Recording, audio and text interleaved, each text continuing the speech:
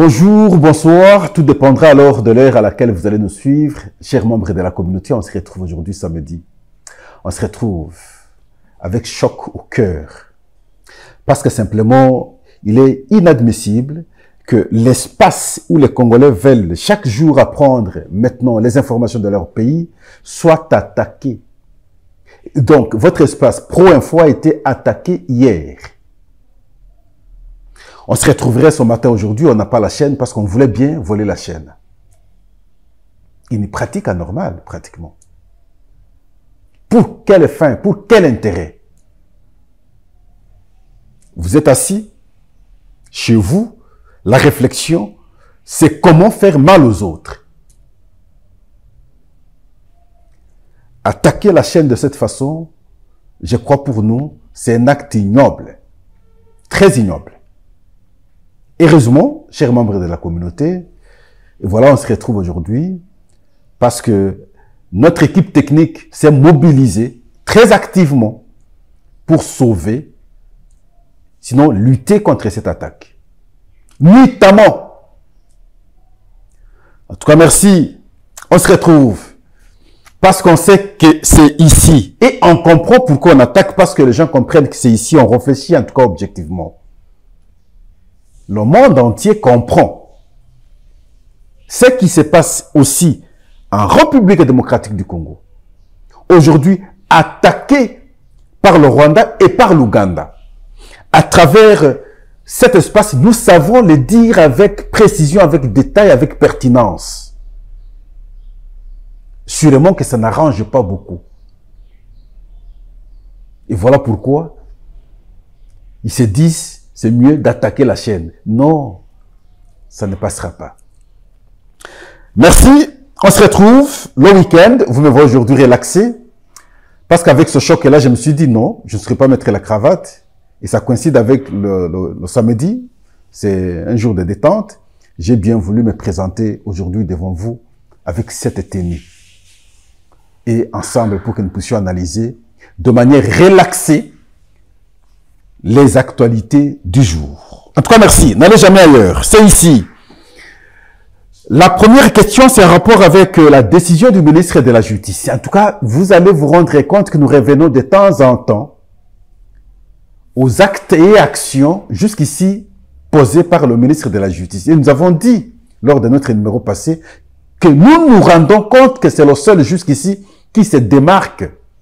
Si chacun dans son secteur peut oser prendre des mesures comme lui prend là, même si l'application peut venir après, mais je crois que ça va soulager beaucoup de Congolais.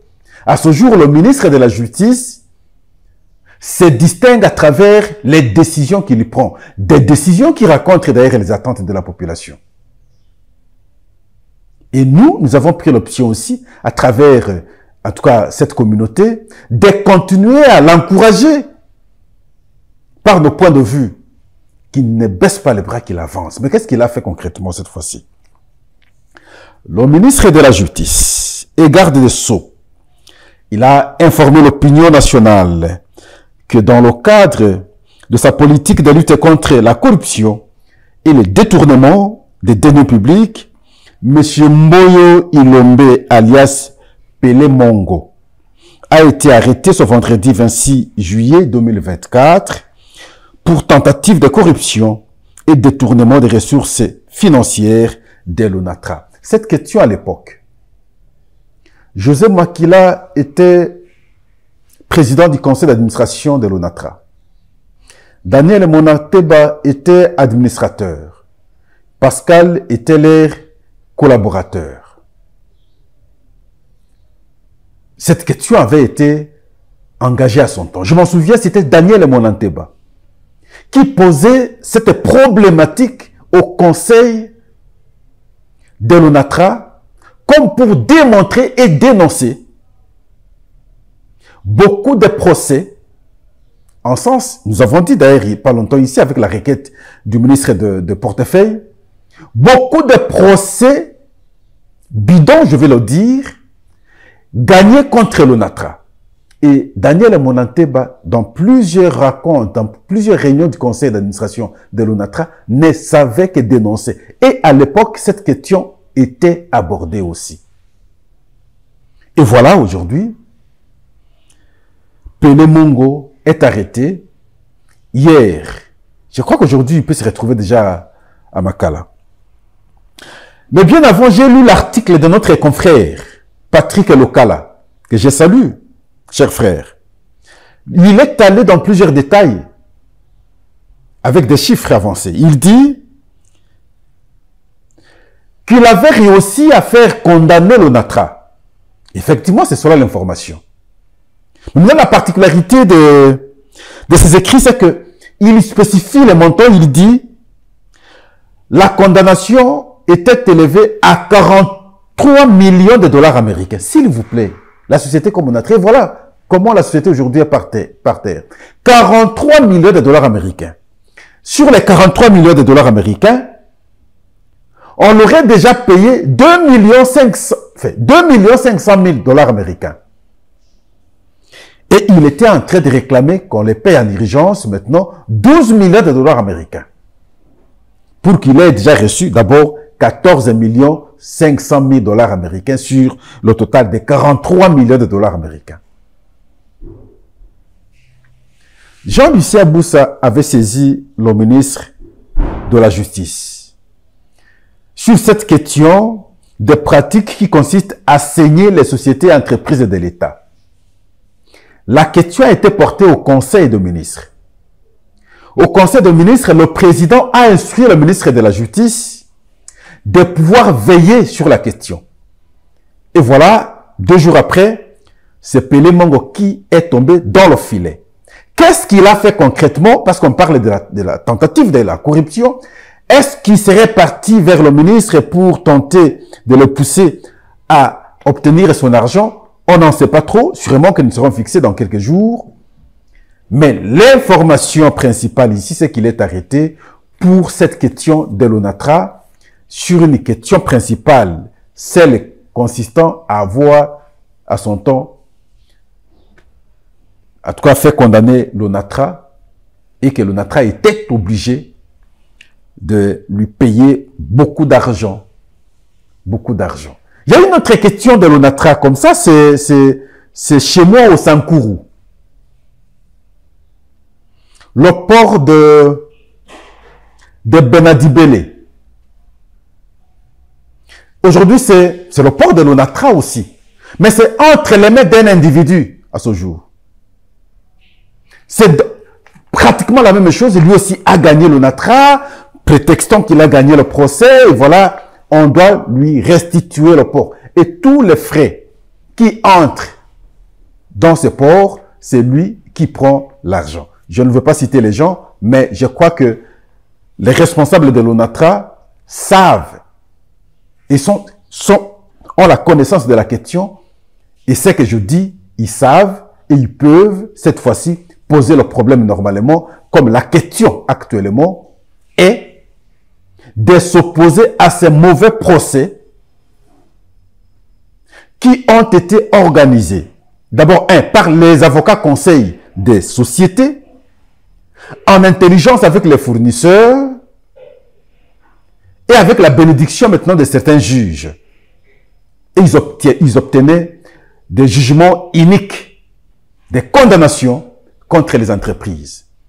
Et en aval, que ce soit les avocats conseils, que ce soit les fournisseurs, que ce soit le procureur ou les juges, ça va se retrouver sur le dos, bien entendu, de ces sociétés, de ces entreprises de l'État. Je parle chez moi à Benadibele. La question est connue à l'ONATRA. Je crois que, monsieur le ministre, à travers cette émission, vous aussi, vous allez ouvrir l'œil cette fois-là pour cette question parce que tout import entre les mains d'un individu.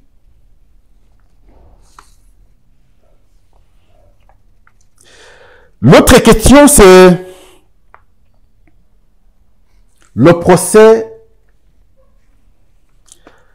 Nous le dénommons comme procès Corneille Nangaa qui s'organise à la cour militaire de Ndolo en matière répressive au premier degré, où On a mis en exergue au moins 25 personnes, 5 sont sur place. Mais ce procès a été renvoyé au lundi. Selon les juges, le tribunal aujourd'hui est suffisamment éclairé. Les 5 accusés qui sont à la barre, chacun a répondu à toutes les questions qui lui ont été posées.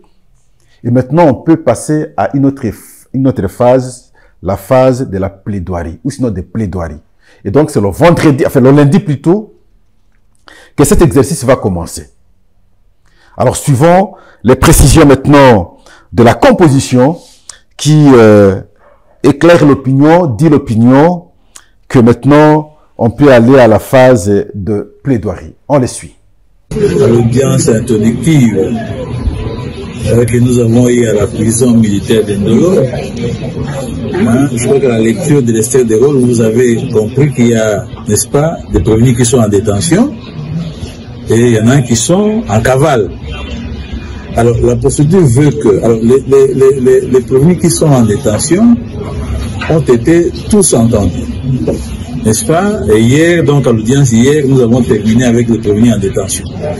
Et la procédure veut que pour ceux qui sont en cavale, ce n'est pas la volonté de la Cour ou la volonté du ministère public, mais c'est la volonté du législateur.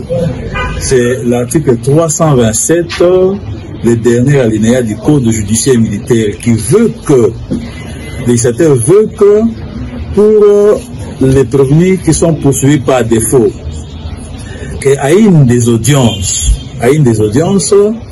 la Cour, n'est-ce pas, par le biais de son greffe, procède à la lecture des rapports, des pièces qui sont, il y a les rapports, les procès-verbaux d'audition, les procès-verbaux de constat, n'est-ce pas, les actes d'instruction qui, n'est-ce pas, ont été posés pendant l'instruction préparatoire. Donc c'est une procédure qu'on ne peut pas escamoter. Et c'est ce que nous avons fait aujourd'hui. Donc aujourd'hui, vous avez compris que les avocats n'ont pas parlé, les prévenus qui sont en détention non plus ont, n'est-ce pas, eu l'occasion de s'exprimer. C'est donc les greffiers qui a procédé à la lecture, conformément à la disposition dont je viens d'évoquer, n'est-ce pas, de toutes les pièces concernant les prévenus défaillants, que l'affaire est renvoyée la semaine prochaine, donc au début de la semaine, donc le lundi. Et à cette audience-là, la Cour, je crois que vous avez suivi, la Cour s'est estimée suffisamment, n'est-ce pas, éclairée, s'agissant donc de l'instruction, et à l'audience de lundi, ce sont les conclusions des parties. Donc à cette audience-là, le ministère public prendra, n'est-ce pas, ses réquisitoires, et la défense, n'est-ce pas, c'est plaidoiries, la partie civile, la République démocratique du Congo, qui aussi est présente dans ces procès, va prendre ses conclusions. Voilà. Toujours en rapport avec cette question de ceux qui veulent bien déstabiliser la République démocratique du Congo. Je vais lire cette fois-ci la Constitution en retard. Vous savez pourquoi? Parce que je vais aborder la question ici. Nous prenons l'article 63 de la Constitution. Tout Congolais a le droit et le devoir sacré de défendre le pays et son intégrité territoriale face à une menace ou à une agression extérieure. Ici, on donne le pouvoir à tout Congolais. Et nous sommes ce Congolais-là. Nous devons à chaque fois nous opposer à ceux qui veulent à chaque fois déstabiliser notre pays. Et le cas ici de l'équipe Corneille Nangaa. Parce que nous avons beaucoup dénoncé. Et aujourd'hui, nos dénonciations semblent être entendues et semblent avoir convaincu. C'était hier que nous parlions finalement des sanctions européennes contre les Corneille Nangaa et consorts, les Bissimois et le reste. des sanctions économiques, visiblement. Mais aujourd'hui, hier alors, c'est l'Union européenne, à son tour aussi, qui prend des sanctions, à travers le Conseil, et a imposé depuis vendredi des mesures restrictives à l'encontre de 9 personnes de M23 et de l'AFC de Corneille Nangaa. Et donc Corneille Nangaa lui-même, d'abord principalement. Ces personnes sont soumises à une interdiction de voyager, et là j'imagine que c'est dans l'espace Union européenne, et à un gel de leurs avoirs. Ils sont également, sinon elles sont interdites, les personnes, sinon il est interdit à tout citoyen, sinon substantiellement aux citoyens et aux entreprises de l'Union européenne de mettre des fonds à leur disposition. Et voilà, c'est cela le communiqué. Mais nous nous posons la question, pourquoi vous ne sanctionnez pas directement le Rwanda et l'Ouganda? Parce que ces entreprises européennes, les multinationales, qui veulent à chaque fois déstabiliser la République démocratique du Congo, de notre point de vue, n'envoient pas directement l'argent à Nangaa. L'argent passe par les autorités rwandaises et ougandaises. Les Nangaa vont vers ces autorités rwandaises et ougandaises pour avoir l'argent. Vous sanctionnez les Nangaa et le reste, c'est une bonne chose.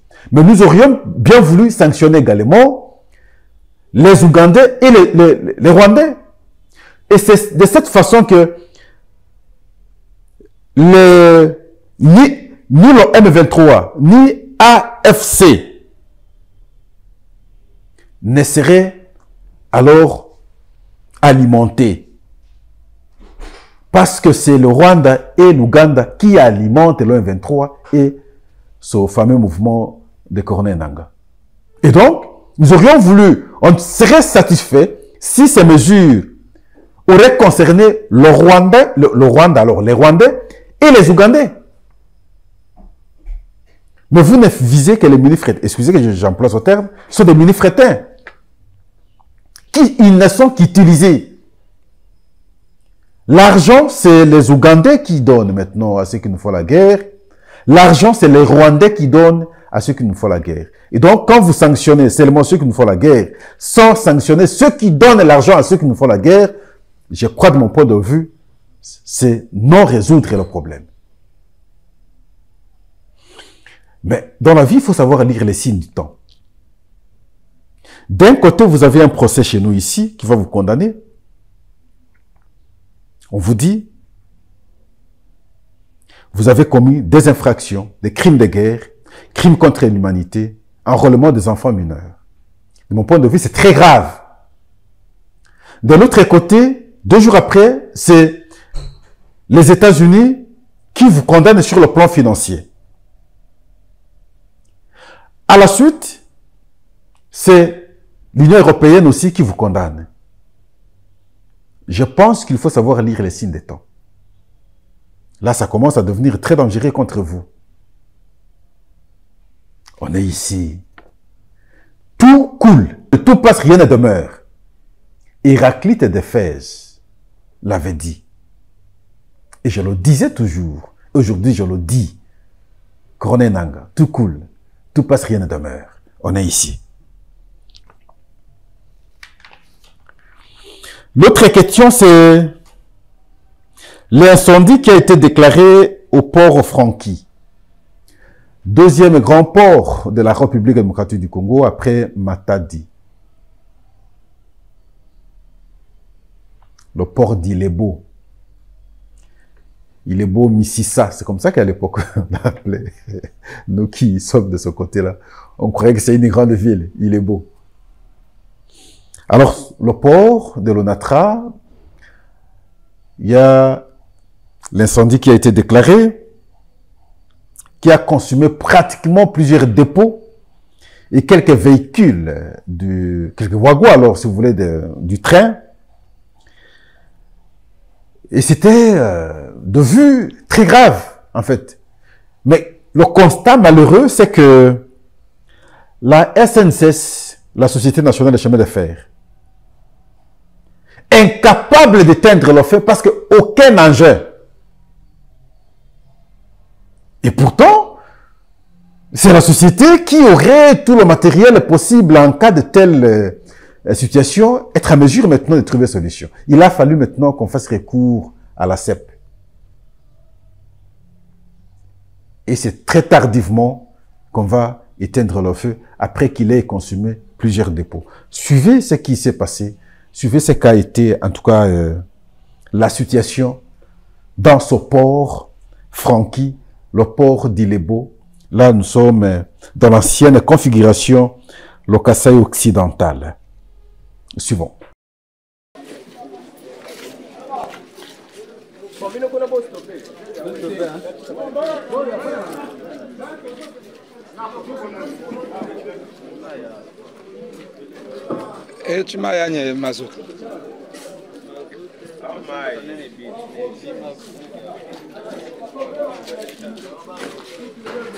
Bana betoya il est venu wakoshika mujilo il est wakoshika kafia le port d'Ilebo s'est brûlé, le port d'Ilebo est en feu, le port d'Ilebo est en feu, port Franqui, deuxième port de la République démocratique du Congo. Bana betoya tout shikila heini, tout shikila feini, le port d'Ilebo est en feu, port wakoshika kafia, port wakoshika mujilo.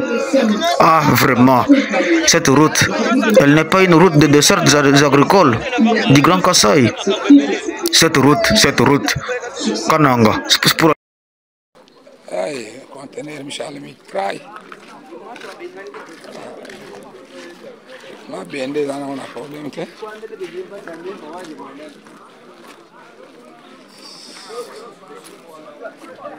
Tout déclassé. Aïe. Devant le magasin litige. Aïe.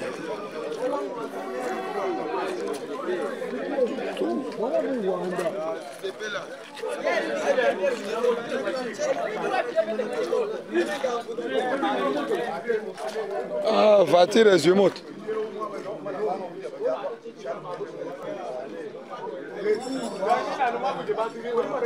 Aïe, aïe, aïe.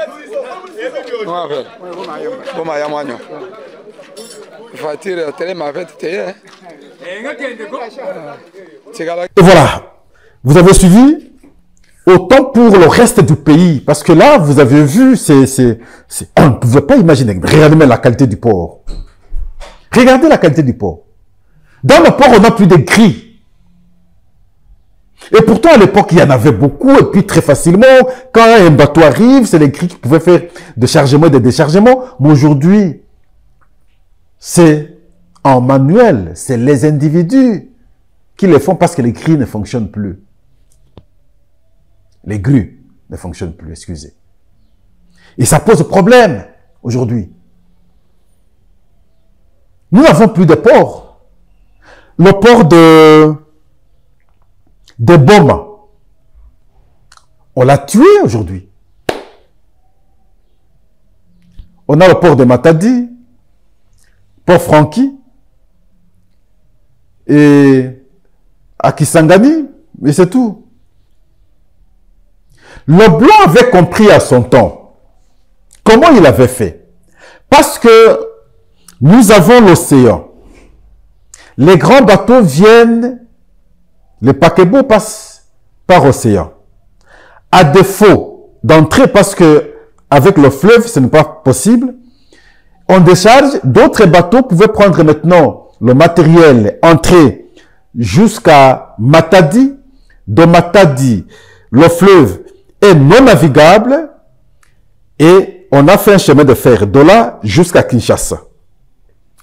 Le matériel, lorsqu'ils arrivent à Kinshasa, pour maintenant le distribuer à travers le pays, on prend encore la voie fluviale. Ça prend le fleuve vers Mouchi. Il y a maintenant croisement, c'est Mouchi ou Kwamout, je crois, c'est à Kwamout. La rivière Kasaï. La rivière Kasaï va jusqu'à Ilebo.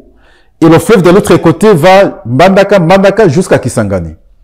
et vous arrivez à Ilebo, on peut décharger le matériel, parce que à partir d'Ilebo, la rivière Kasaï n'est pas navigable, et il fallait maintenant avoir l'autre voie. Et de là, nous avons aussi les chemins de fer qui pouvaient maintenant amener le matériel à Lubumbashi et ailleurs. C'était très facile. On exploite à Lubumbashi, c'est la même opération. Le train prend les minéraux et le reste jusqu'à Port-Fanki. De Port-Fanki, le bateau prend jusqu'à Kinshasa. De Kinshasa, le train prend jusqu'à Matadi. Matadi, le bateau prend et puis c'est parti. C'était plus facile. Et mais nous, aujourd'hui, nous ne savons plus faire cette gymnastique. Nous ne savons plus faire... Enfin, c'est déplorable. Simplement, vous allez vous rendre compte, tout est délabré à travers le pays. Regardez l'état du port Franky. Et donc, c'est malheureux. Nous devons reconstruire notre pays. Les routes, n'en parlons pas. À travers le pays, les routes, n'en parlons pas. Aujourd'hui, je salue ce que c'est fait en Bujimaï, vers Mweneditou, et ainsi de suite. C'est extraordinaire parce que c'était en fait une province enclavée depuis longtemps. Et hier aussi, on m'a appelé, maintenant les travaux de la réhabilitation de la voirie de Kananga ont commencé. Je dis bravo aussi, c'est une bonne chose. Faisons les choses de cette façon. Dans d'autres villes aussi. Mais chez moi, au Sankourou, c'est pas possible. Lorsqu'on envoie l'argent, on détourne. On envoie l'argent, on détourne aussitôt. Et pourtant, on avait envoyé l'argent pour la reconstruction d'ailleurs de la route, partant de Dibel jusqu'à... Combien de fois j'ai eu à dénoncer cela? On a détourné l'argent. En tout cas, merci beaucoup. Nous sommes à la fin aujourd'hui. Tout en continuant à déplorer ce mauvais comportement qui a consisté hier à vouloir nous voler la chaîne par une attaque qui a poussé notre équipe technique de se mobiliser, de travailler notamment afin de sauver notre espace. En tout cas, merci. On est là, toujours ensemble. On se retrouve le lundi. Merci. Pas ailleurs, ici d'abord.